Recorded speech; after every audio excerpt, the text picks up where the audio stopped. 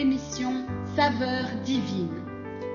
Cette bonne nouvelle du royaume sera prêchée dans le monde entier pour servir de témoignage à toutes les nations. Alors viendra la fin. Ce pain céleste vous est présenté par Immaculée Niraneza. Quel bon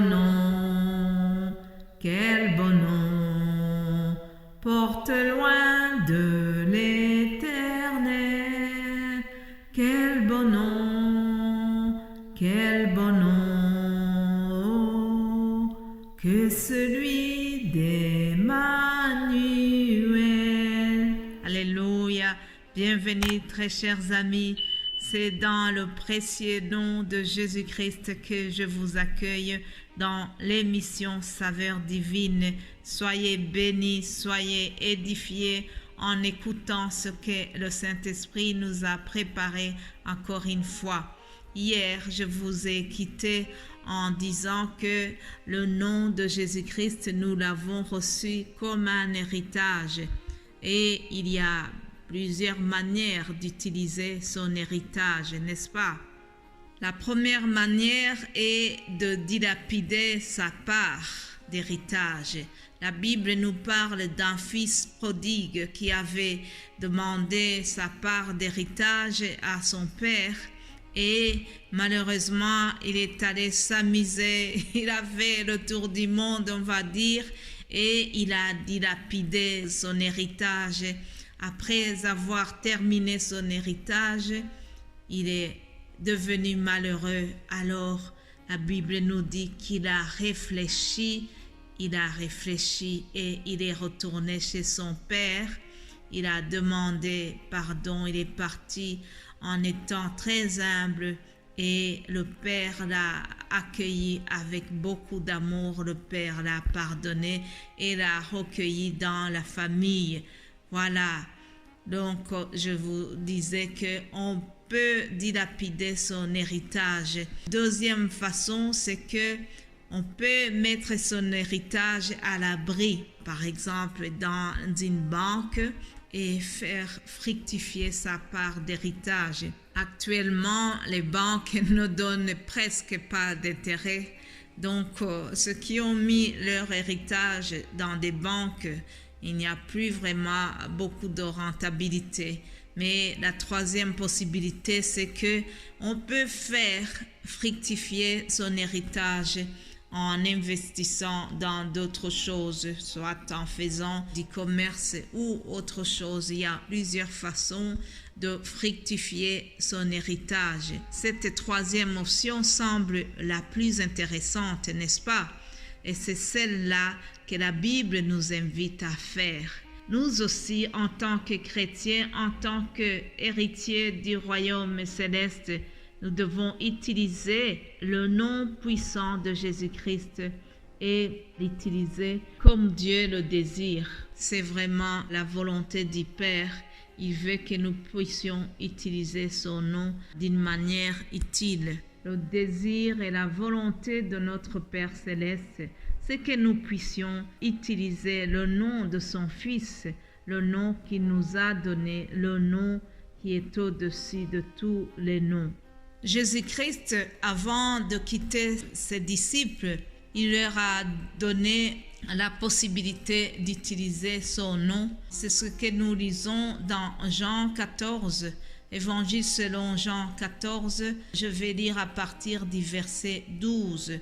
Jésus-Christ leur dit: « En vérité, je vous le dis, celui qui croit en moi fera aussi les œuvres que je fais, et il en fera de plus grandes, parce que je m'en vais au Père. Et tout ce que vous demanderez en mon nom, je le ferai, afin que le Père soit glorifié dans le Fils. Si vous demandez quelque chose en mon nom, je le ferai. » Voilà, Jésus lui-même nous dit que tout ce que nous demanderons en son nom, il le fera. Merveilleux, n'est-ce pas? Dans ce passage, ici, nous voyons que Jésus nous invite lui-même à utiliser son propre nom. Ce nom doit pour nous être une marque de confiance que Dieu nous a accordée. Chers amis, cette confiance, nous devons l'honorer. C'est comme si le Père nous confie son Fils, mais c'est à nous de vouloir prendre son nom. C'est faire de son nom le nôtre. Alléluia. Nous voyons dans ce verset que Jésus confie son nom aux disciples. Ce qui se passe lorsque nous utilisons donc le nom de Jésus, c'est qu'il agit en conséquence, parce que Jésus lui-même a dit qu'il le fera et que le Père en tire une gloire au travers de son propre Fils. Alléluia. Lorsque nous utilisons le nom de Jésus-Christ, non seulement nous en profitons, mais aussi le Père céleste est glorifié, nous dit la parole. Alléluia. Tout ce que vous demanderez en mon nom, je le ferai, afin que le Père soit glorifié dans le Fils. Quelle merveilleuse promesse ici, chers amis. Tout ce que nous allons demander en son nom, il va le faire pour que son Père soit glorifié au travers son Fils Jésus-Christ. Alléluia. Maintenant, avant que je termine ce message, voyons qui peut utiliser ce nom précieux de Jésus-Christ. Qui peut l'utiliser? Est-ce n'importe qui? La Bible nous donne la réponse. Évangile selon Jean, encore une fois, premier chapitre au verset 12. Je lis ceci. Mais à tous ceux qui l'ont reçu et à ceux qui croient en son nom, elle a donné le pouvoir de devenir enfants de Dieu, lesquels sont nés non du sang, ni de la volonté de la chair, ni de la volonté de l'homme, mais de Dieu. Retenez donc tous ceux qui l'ont reçu, tous ceux qui ont reçu Jésus-Christ et ceux qui croient en son nom.